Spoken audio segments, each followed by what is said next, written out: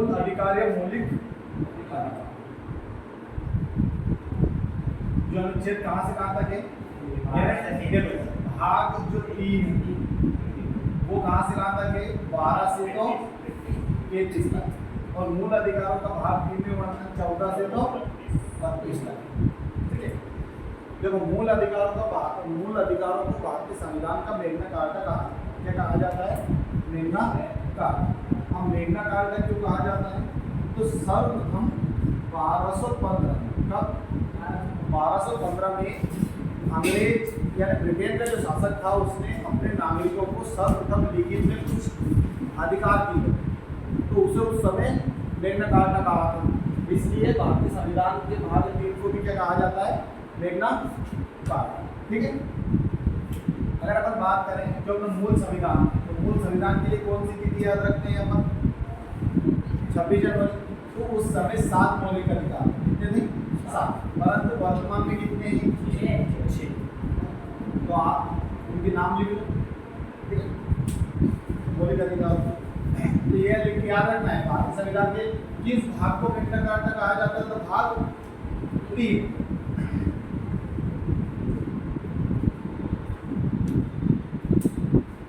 पहला देखो समानता का अधिकार या समता का अधिकार भी बोलते हैं इसे, जो अनुच्छेद 14 से तो 18 तक है। ठीक है, उसके बाद है स्वतंत्रता का अधिकार,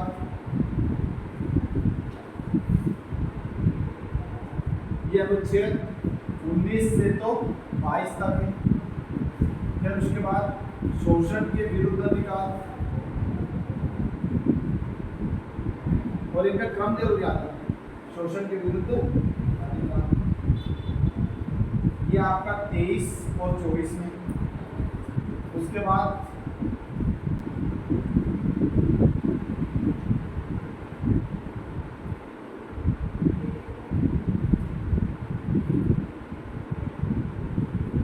देखो धर्म की स्वतंत्रता का अधिकार दे रखा है। इसलिए अपना देश क्या है? धर्म निरपेक्ष। ठीक है, मत निरपेक्ष धर्म निरपेक्ष।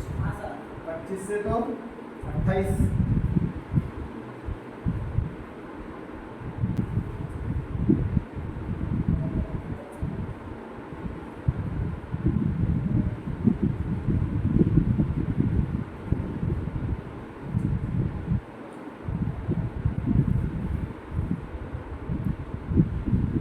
अनुच्छेद 29 और 30 ये विशेष रूप से अल्पसंख्यकों को ज्यादा शक्ति देती है। और ये अपना संपत्ति का अधिकार, वर्तमान में है क्या संपत्ति का अधिकार? तो ये अनुच्छेद 31 में इसमें था। कोष्टक में लिखेंगे अपन 44वें संविधान संशोधन 1978 द्वारा हटाया गया। ठीक है, और एक 19 CF भी हटाया था। और एक सबसे इम्पोर्टेंट है आपका 7वां संवैधानिक उपचारों का अधिकार।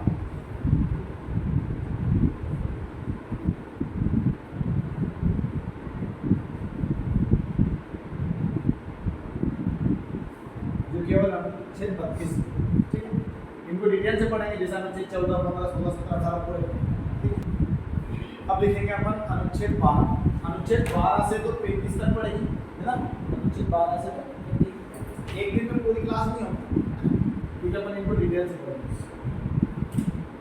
कहाँ से आरक्षण मिलता है आपको, जिनको मिलता है, सब इसकी बेटा। अब डालिए अनुच्छेद 12।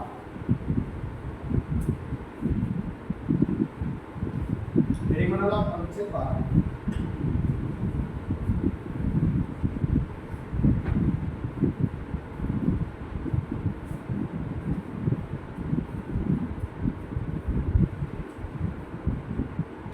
भारतीय संविधान का अनुच्छेद 12 और 36 एक जैसे, दोनों में क्या बताया गया है? राज्य की परिभाषा। इसकी परिभाषा राज्य की परिभाषा। देखो जब अपन अपने भारतीय संविधान में राज्य की परिभाषा क्या दे रखी है, सुनना ध्यान से। लिखा अपना प्रधानमंत्री या राष्ट्रपति से लेकर कहाँ तक? राष्ट्रपति से लेकर तो ग्राम सचिव तक जो भी पोस्ट पर व्यक्ति हैं वो सभी राज्य के अधीन आए। समझ? ये बताइए कि सरपंच जो पद है वो राज्य के, वो क्या है? पूरा पुलिस प्रशासन राज्य के लिए, सरपंच, प्रधानमंत्री, लोकसभा का सांसद, राज्यसभा का सांसद, ये सभी राज्य की परिभाषा में आते हैं। कुछ बड़ी संस्थाएं भी राज्य के अधीन आती हैं, जैसे LIC राज्य के अधीन। यानी राज्य का अर्थ क्या होगा? कभी भी आपके मौलिक अधिकारों का हनन होता है तो अपन किसको दोषी ठहराएंगे? राज्य। किसको दोषी ठहराएंगे? राज्य। यानी बहुत सारे जो केस चलते हैं वो सरकार पे चलते हैं, जो मौलिक अधिकारों के संबंधित बहुत सारे केस अपन पढ़ेंगे, जिक्र करेंगे ताकि आपको समझ में आए। तो आप राज्य की परिभाषा के अंदर अनुच्छेद 12 के अंदर लिखिए क्या क्या राज्य की परिभाषा के अंदर। शॉर्टकट में लिख दूं क्या मैं? एक तो आपकी लोकसभा भी, राज्यसभा,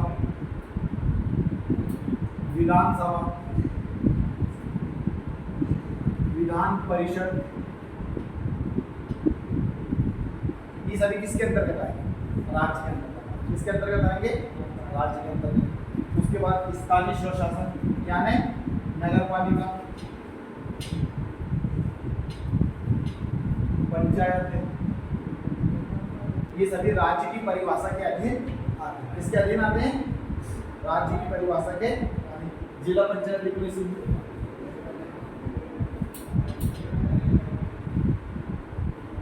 जिला पंचायत। कुछ गैर संवैधानिक संस्था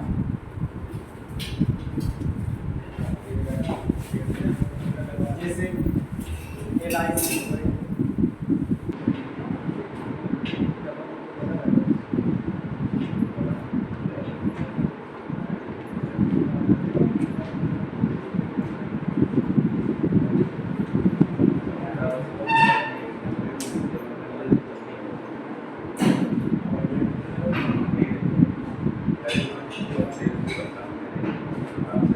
अनुच्छेद 12 समझ में आया?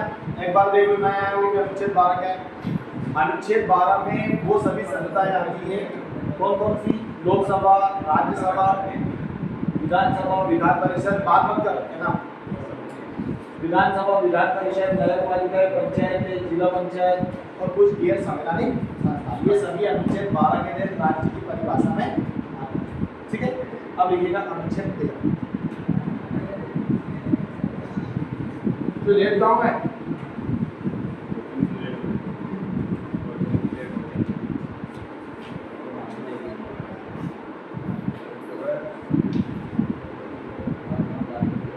अनुच्छेद 13। देखो अनुच्छेद 13 क्या कहता है, सुनना है। इसमें भी 3 क्लोज है, मैं पहले समझा देता हूँ फिर एक लिखता हूँ। फिर आप सभी को याद है कि अपना देश कब आजाद हुआ? अब इससे पहले भी बहुत सारे एक्ट बने हुए थे कि नहीं बने थे? तो संविधान के अनुच्छेद 13 में लिखवा दिया कि जो भी पुराने एक्ट बने हुए हैं वो चलते रहे। यानी संविधान लागू होने देश आजाद, ये संविधान लागू होने के बाद भी चलते रहे, परंतु उस एक्ट का वो प्रावधान जो आपके मौलिक अधिकारों का हनन करता है उसे उतना खारिज कर दिया जाए। जैसे कोई एक्ट था, कोई एक्ट में 10 पॉइंट, कितने पॉइंट है? तो हो सकता है इसका दूसरा और 5वां पॉइंट मौलिक अधिकारों का हनन करता है। क्या करता है? मौलिक अधिकारों का। तो इस एक्ट का मात्र दूसरा पॉइंट खारिज कर देंगे और 5वां पॉइंट खारिज कर देंगे और बाकी पूरा एक्ट चलेगा। आया समझ में?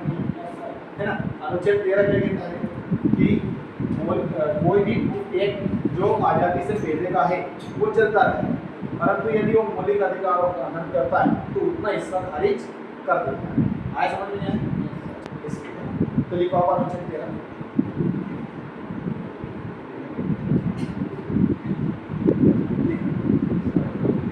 अनुच्छेद 13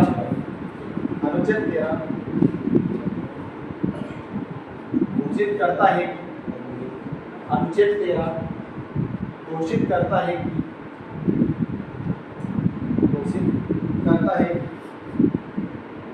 मूल अधिकारों से असंगत मूल अधिकारों से असंगत या उनका अल्पीकरण मतलब मूल अधिकारों को जो कम करता हो, सीमित करता है। अल्पीकरण करने वाली विधियां मतलब कानून, कोई बिल विधियां शून्य होगी मतलब उतना हिस्सा उनका खारिज। दूसरे शब्दों में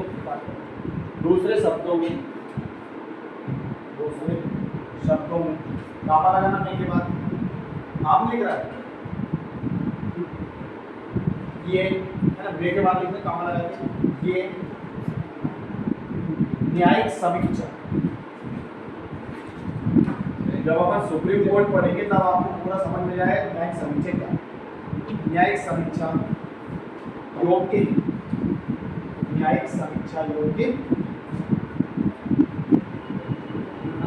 यहाँ सकती सुप्रीम कोर्ट को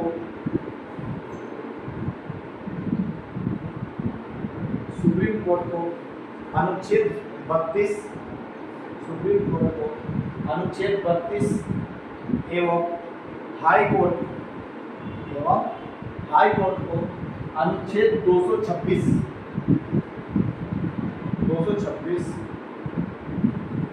को प्राप्त है।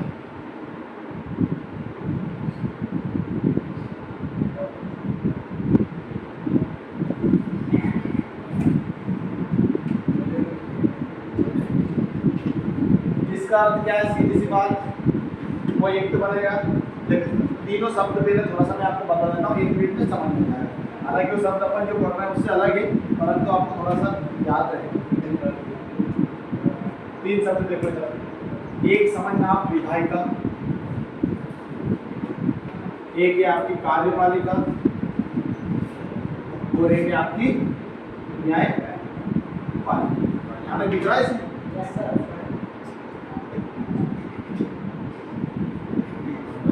जो विधायिका है, भारत की सबसे बड़ी विधायिका क्या है?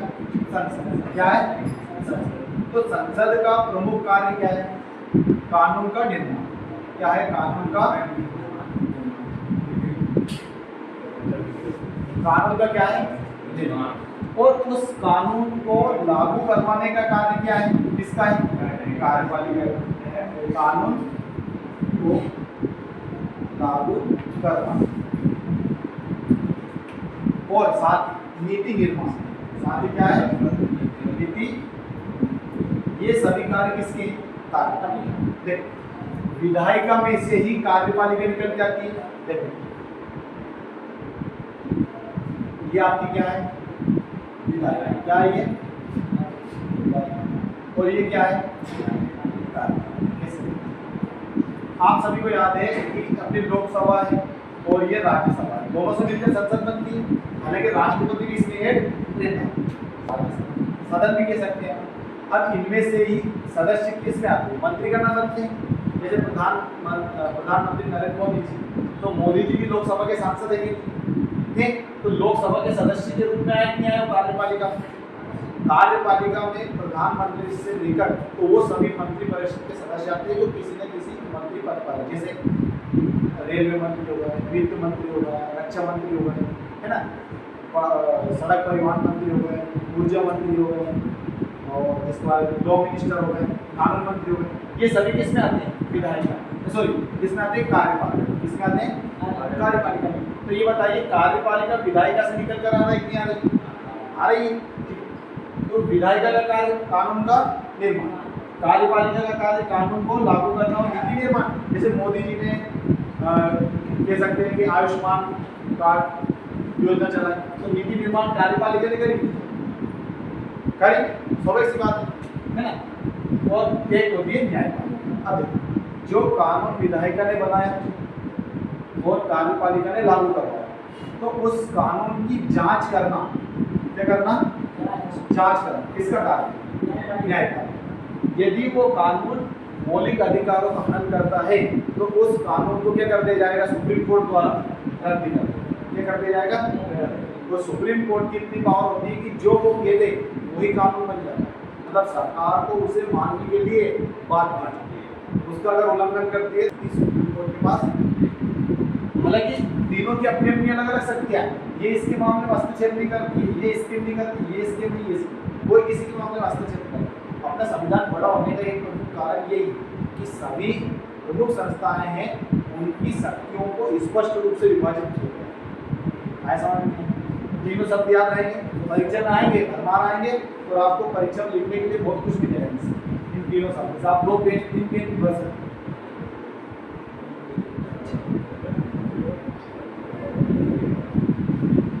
आगे लिखिएगा इसके जो किसी आगे जो किसी विधि को मूल अधिकारों का उल्लंघन होने के आधार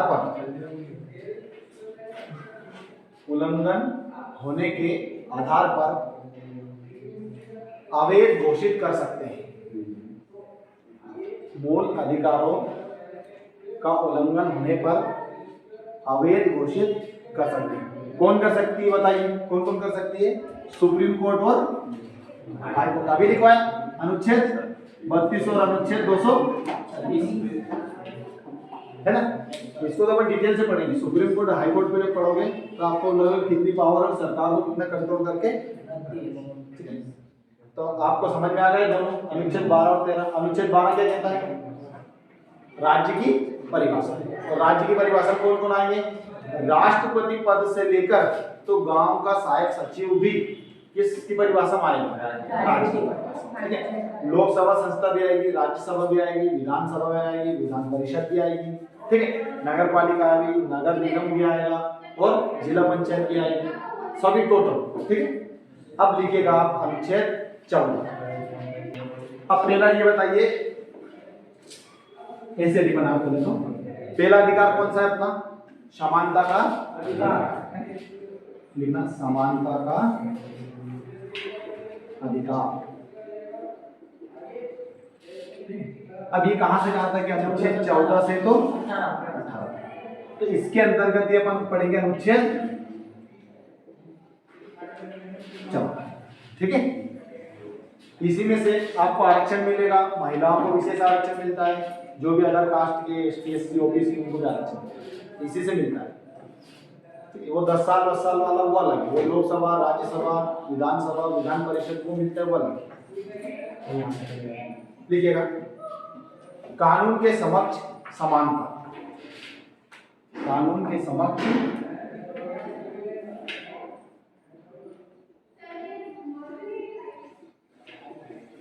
समानता। कोई भी कानून बना तो सभी के लिए क्या है? समान। देखो अगर किसी अमीर व्यक्ति ने खून किया और गरीब व्यक्ति ने भी खून किया तो आईपीसी की धारा 302 के तहत उसको क्या मिलेगी? फांसी। खून किया उसको, तो चाहे अमीर हो, गरीब हो, महिला हो, पुरुष हो, कोई किसी भी धर्म का हो, किसी भी जाति का हो, कहीं पर भी रहता हो, कोई भेदभाव नहीं किया जाता। ऐसा नहीं, सभी के लिए कानून के समक्ष क्या है?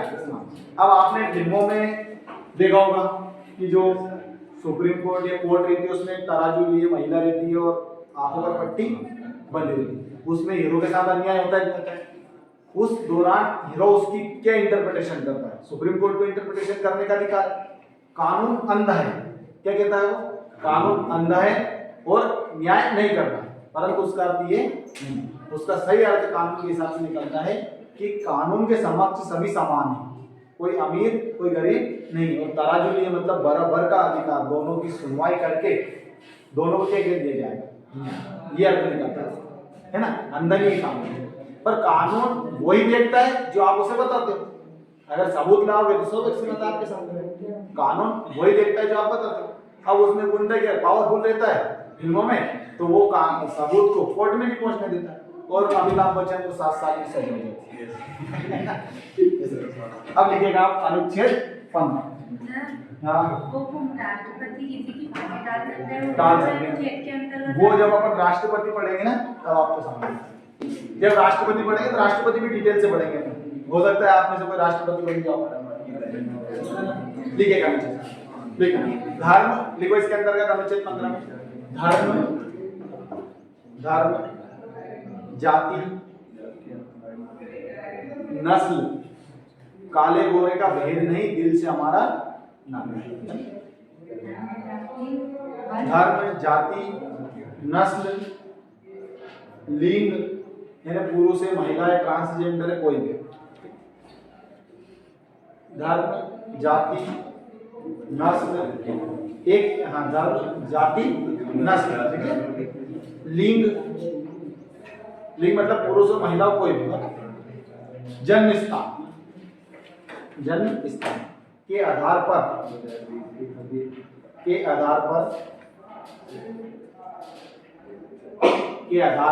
राज्य द्वारा भेदभाव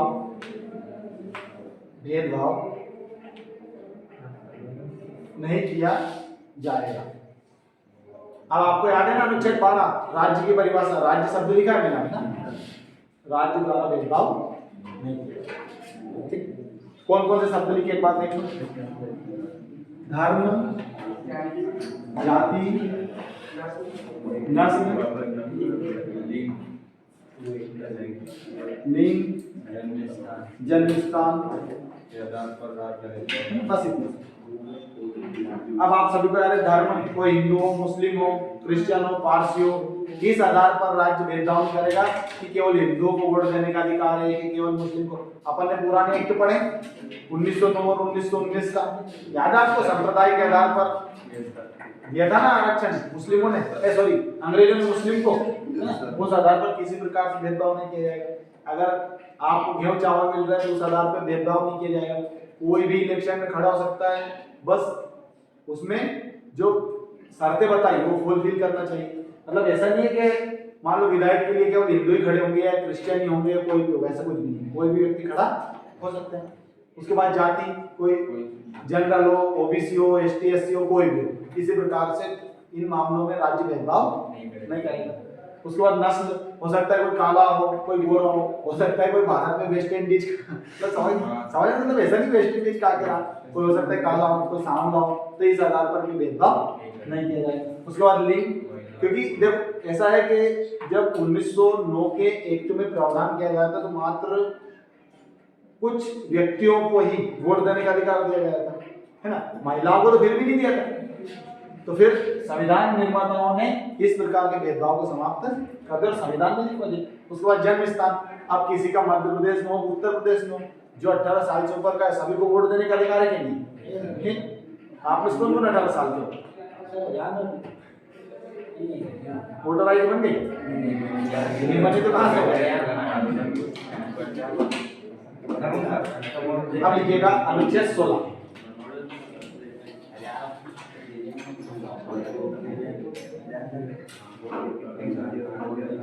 अनुच्छेद लिखो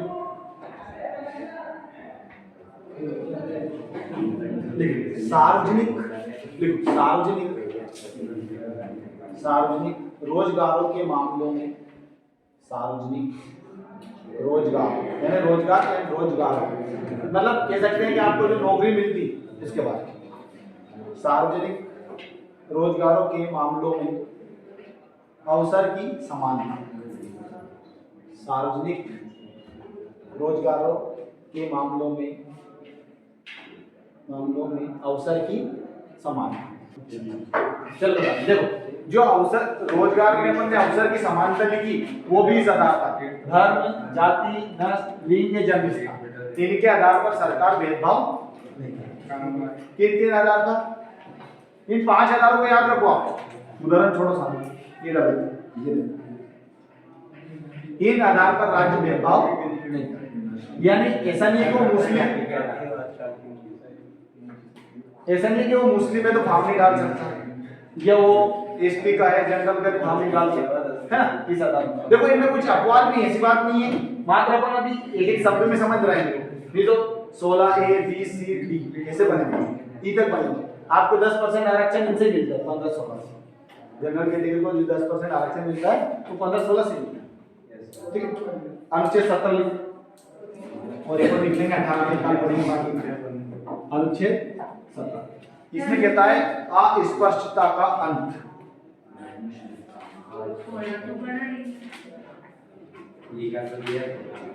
अस्पष्टता का अंत यानी छुआछूत। अगर राज्य छुआछूत जैसी कोई घटना है ऐसी कुछ सामने आती है ना, तो ऐसा नहीं कर सकते। अनुच्छेद 16 रोजगारों के मामलों में अवसर की समानता यानी सार्वजनिक, और जब भी सार्वजनिक लिखा रहता है मतलब सरकार की होती है, और सरकार की मतलब किसकी? अपनी। ठीक, अस्पष्टता का अंत क्या होता है? छुआछूत जैसी कोई भी अगर कोई ऐसा करता है तो उसे दंड दिया जाए। इसके तहत ST/SC एक्ट 1989 भी बना हुआ है ना। उसके बाद अनुच्छेद 18 लिख लो। उपाधियों का अंत। उपाधियों का अंत ये परीक्षा में आया था इस बार में। अस्पष्टता अनुच्छेद एमपी पुलिस में आ रहा है। अनुच्छेद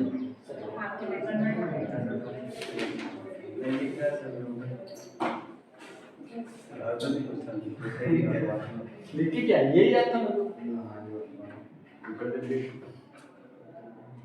इसमें भी याद रखना है अवसर की समानता लिख देता हूँ मैं ताकि आपको याद रहे। अवसर की समानता किस आधार पर? धर्म, जाति, नस्ल, लिंग, जन्म। ठीक है ना, तो आज के लिए इतना ही है। फिर आप अपन कल स्वतंत्रता का अधिकार है अनुच्छेद 19 से तो 23 तक 21 ज्यादा डिटेल से पढ़ेंगे अपन, है ना।